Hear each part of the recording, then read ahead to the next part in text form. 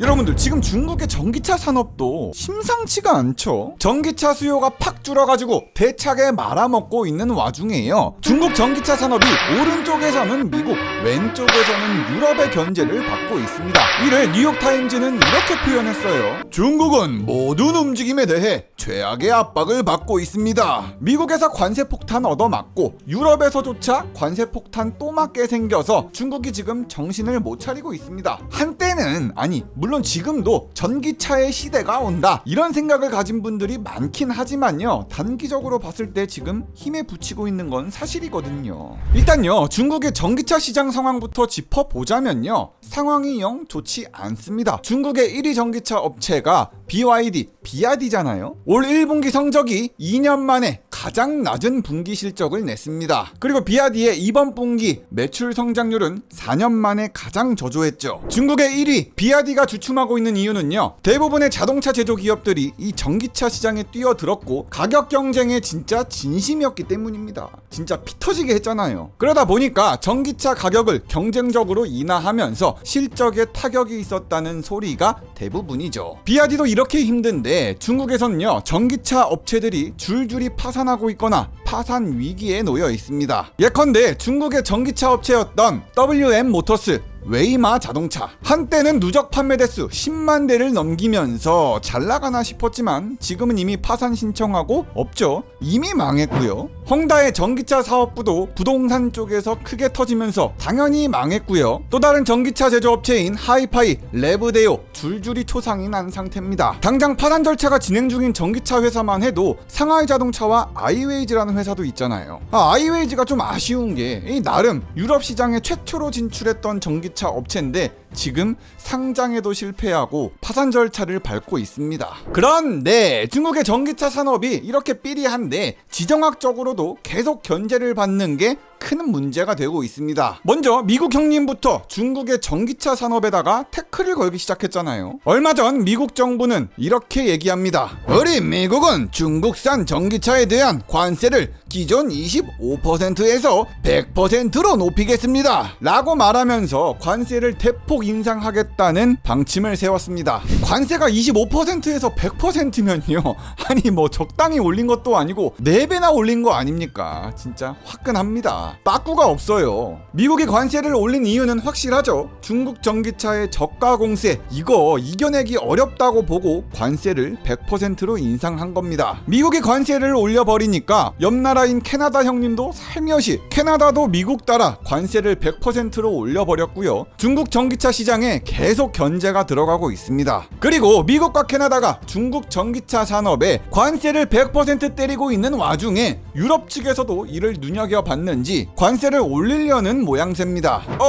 우리 유럽도 중국 전기차가 무섭습니다. 우리도 관세를 올리겠습니다. EU, 유럽연합은 성명서를 냈습니다. 중국의 전기차 산업은 EU의 자동차 산업에 엄청난 경제적 피해를 입히고 있다고요. 그리고 나서 중요한 말이 나오는데 중국의 전기차 산업은 자유무역에 적합하지 않다. 중국 정부는 전기차 부분 육성 정책을 펼치면서 중국의 기업한테 250억 유로 달러 상당의 보조금을 쏟아부었다. 이는 중국 기업이 유럽연합의 전기차 경쟁 업체보다 우위를 점할 수 있다. 한마디로 나 무서워 이렇게 얘기한 거예요. 하나부터 10까지 EU의 말이 맞습니다. 중국은 지금 중국의 제조업 2025 정책으로 전기차를 팍팍 밀어주고 있는 거 사실이거든요. 그래서 많은 나라들이 중국을 견제하고 있는 겁니다. 그리고 유럽은 중국을 상대로 대규모 무역 적자를 보고 있지 않습니까? 이거 눈 뜨고 보기 힘들지. 중국을 상대로 그럴 만도 한 게요, 수년 동안 유럽연합은 점점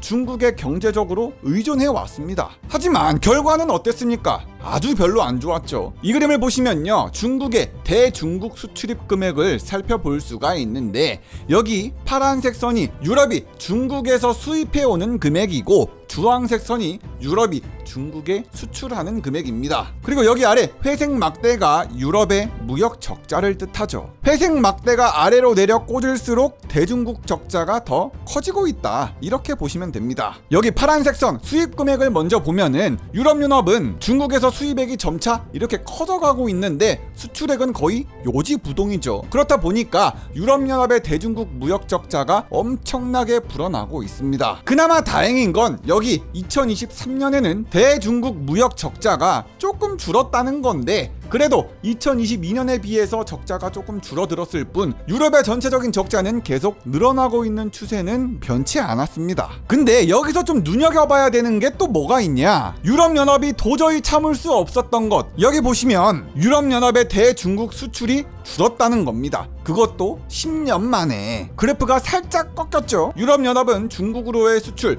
2023년에는 감소했습니다. 이건 10년 만에 처음 있는 일로 2023년 중국의 EU 수입 총액은 5,160억 유로로 전년도 6,270억 유로에 비해서 많이 감소했습니다. 우리 유럽은 중국 물건 겁나게 사주는데 중국은 우리 유럽의 물건을 안 사주네? 킹받네, 이러는 거죠. 그리고 유럽이 중국에 대해서 열받아 하는 점이 또 있습니다. 중국 정부는요, 중국의 경제를 어느 정도 개방시켜줬습니다. 그래서 유럽 기업들이 1978년부터 중국 현지에다가 본사도 세우고 공장도 세우고 아주 많은 투자를 했죠. 근데 여기서 중국 정부는 빼먹을 게 생겼습니다. 외국 기업들이 중국 기업들과 함께 일하고 기술을 공유하도록 만든 거죠. 그럼 중국은 유럽의 첨단 기술을 그대로 배울 수 있으면서도 외국 기술에 대한 의존도를 줄일 수가 있었던 겁니다. 최근 20년 동안 중국은요, 자동차 회사의 대규모 투자를 물론 허용은 해주었지만 중국 파트너가 항상 최소 51%의 지분을 통제하는 합작 투자의 구조로서만 허용을 해줬습니다. 그리고 최신 기술을 이전하도록 강요당했죠. 그런데 유럽은 중국과 같이 이렇게 규제하지는 않았잖아요. 이유는 중국 기업들이 유럽에서 활동할 때 중국이 외국 기업들한테 요구하는 것만큼 하지 않았습니다. 엄격한 규칙이 없었어요. 예컨대 비아디가 헝가리나 스페인에 공장을 세울 때 이유는 뭐 특별히 제한을 두지 않았습니다. 하지만 중국은 외국 기업들한테 많은 요구를 했죠. 기술 이전해달라, 투자 규모 이거보다 더 많이 해달라, 우리 땅에서 장사하려면은 중국 공장에 일하는 사람들을 중국인으로만 고용을 시켜달라, 감 내놔라, 배 내놔라, 장사하려면 포 떼고 해라, 차 떼고 장사해라, 이렇게 하고 있어요. 그래놓고는 기술을 그냥 쪽쪽 빨아 먹었잖아요. 그러다 보니까 불균형이 발생합니다. 중국 기업이 유럽에 진출할 때 이랬습니까? 그렇지 않습니다. 중국 기업이 유럽에서 사업할 땐요, 주로 중국에서 부품, 재료들 다 가지고 오고 중국 직원들을 고용하기로 유명합니다. 유럽 말고도 1대1로 진출한 동아시아나 아프리카에 중국 기업만 진출하면요, 현지 노동자들 고용을 안 하고 중국인들로만 채워놔서 경제적인 부가 효과를 누리기가 굉장히 어렵다고 많은 사람들이 한탄을 했죠. 프랑스 북부 두브랭 마을에는요, 2023년에 세워진 중국 기술로 만들어지는 배터리 공장이 하나 있습니다. 이 기가 팩토리에 고용될 수 있는 인원이 1200명 정도라고 하는데 그 중에 약 400명만이 유럽에서 새로 고용된 사람들이라고 합니다. 나머지 800명은 어디서 왔습니까? 중국에서 왔다. 대규모 공장이 한 지역에 세워지면 그것 때문에 기대하는 바가 뭡니까?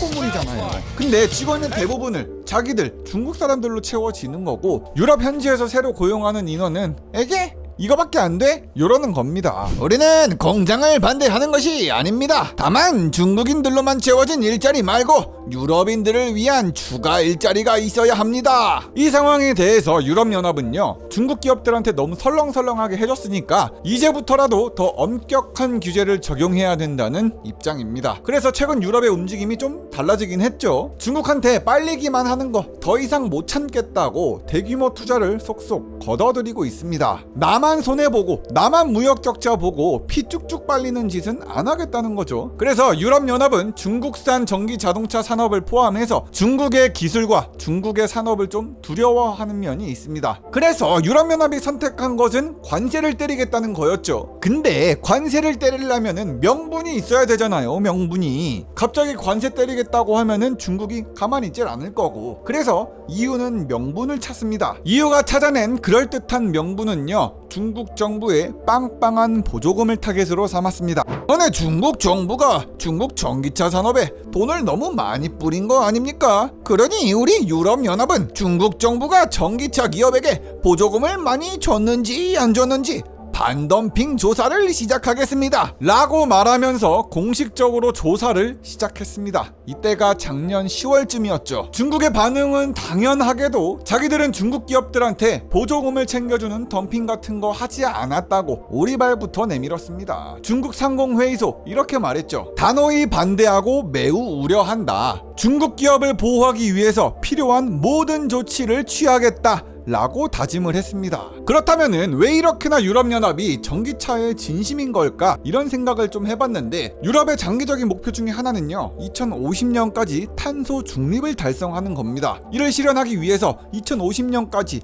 온실가스를 진짜 엄청나게 안 써야 되고 제로로 만들어야 되는데 그러려면은 지금부터 꾸준하게 전기차를 사서 타야 할 필요성이 있어요. 유럽에서 전기차 수요는 줄 수가 없는 이유입니다. 근데 그러면서도 유럽연합은요 약 1,400만 명에게 일자리를 제공하는 유럽 산업의 보석인 이 자동차 산업을 보호하고자 합니다. 즉 환경 때문에 전기차를 어떻게든 사서 타긴 해야겠는데 이게 하필 중국의 전기차네.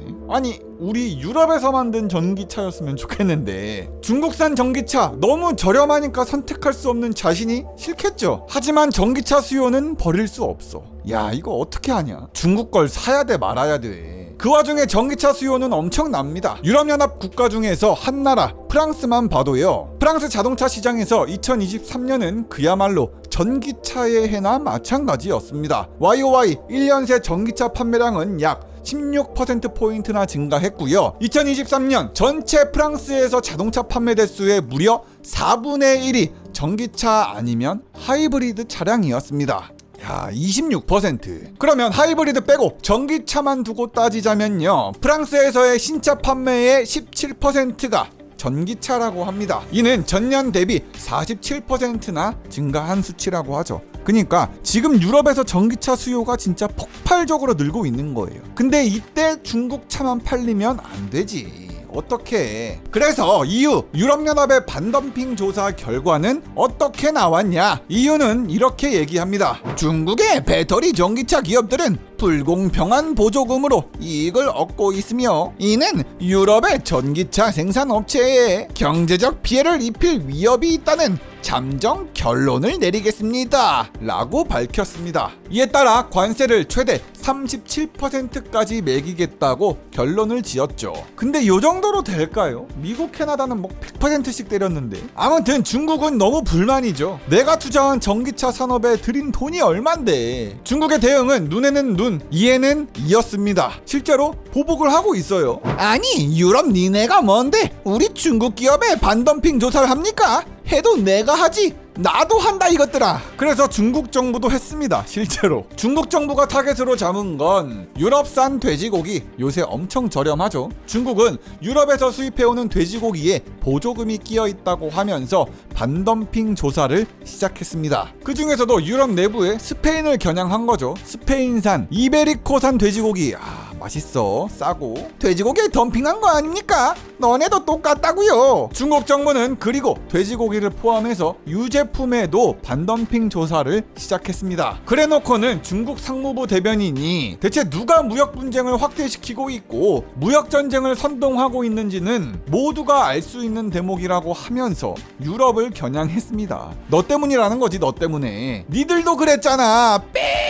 근데요 솔직히 중국 정부가 더 할 말이 없는 게 저는 맞다고 봅니다. 왜 그러냐면요 중국도 유럽에다가 관세를 진짜 오지게 부과하고 있었거든요. 그것도 몇십 년 동안. 지금 미국이 관세 100%를 올렸다고 했던 거 유럽이 지금 관세를 30%, 40%를 올리겠다고 하는 건요 솔직히 양반입니다. 중국 정부가 수십 년 동안 유럽 자동차한테 매겼던 관세가 몇 %였는지 아십니까? 200%가 넘었습니다. 200%가. 중국은 우리는 유럽 자동차를 절대 수입하지 않겠다, 이런 의지를 엿볼 수 있는 건데, 돈 많은 사람들이 타는 이태리제 스포츠카, 독일의 고급스러운 세단들, 수입 자동차에 관세를 오지게 부과한 곳은 다름 아닌 중국이었습니다. 1980년대 중국이 외국인 투자를 개방했을 때 최소 130%대에서 때로는 관세가 220%대까지 올라가기도 했었죠. 그나마 2001년 WTO에 가입을 하면서 자유무역의 시대가 열렸고, 이때 수입 자동차의 관세가 줄은 걸로 알고 있습니다. 200%가 넘던 수입 자동차에 매겼던 관세가 이때 25% 수준으로 대폭 축소가 됐고요. 현재는 15%입니다. 근데 여기서 참 신기한 대목이 있는데, 유럽연합이 중국 전기차 산업에다가 관세를 실제로 부과하겠다고 하면요,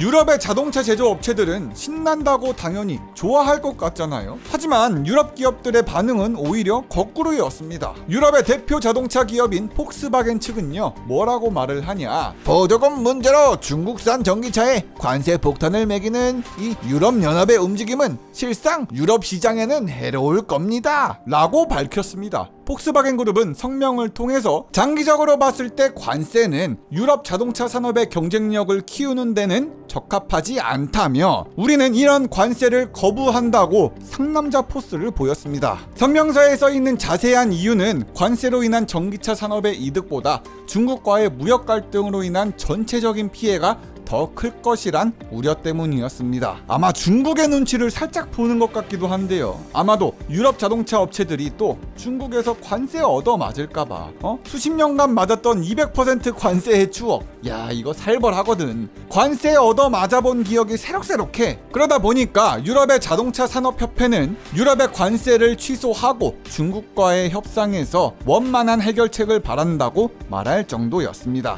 아무튼 중국과 유럽 간의 무역 분쟁, 현재 상황은 어떻냐? 소용돌이 속으로 빨려가고 있습니다. 아직 결론이 안 나요. 중국의 상무부장은요, 진짜로 중국 전기차 산업에 이렇게 강한 관세를 얻어맞기만 하면 안 되는 걸 알기 때문에 바로 유럽에 날아와서 회담을 신청합니다. 그리고 EU에다가 중국 전기차에 대한 관세 부과 계획을 철회할 것을 재검토할 것을 촉구했지만 유럽연합의 고집을 꺾진 못했죠. 회담은 열긴 했지만 여전히 합의에 이르지 못했다고 합니다. 중국의 상무부장 왕 부장은요, 유럽 전기차 업계에 끝까지 협상 노력하겠다고 바짓가랑이를 잡고 있는데 아직 멀었습니다. 협상이 이루어지지 않고 있어요. 이에 왕 부장은 그러면 전기차 판매가 하한선 설정이라도 좀 해줘. 내가 관세는 진짜 안 돼. 너네가 판매하는 가격 그 이하로는 안 팔게. 미안해. 라고 하면서 지금의 중국은 똥꼬쇼를 하고 있는 중입니다.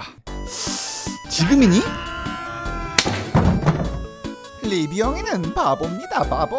영상 끝까지 봐주셔서 정말 감사드리고요. 그럼 다음 영상에서 보자구리.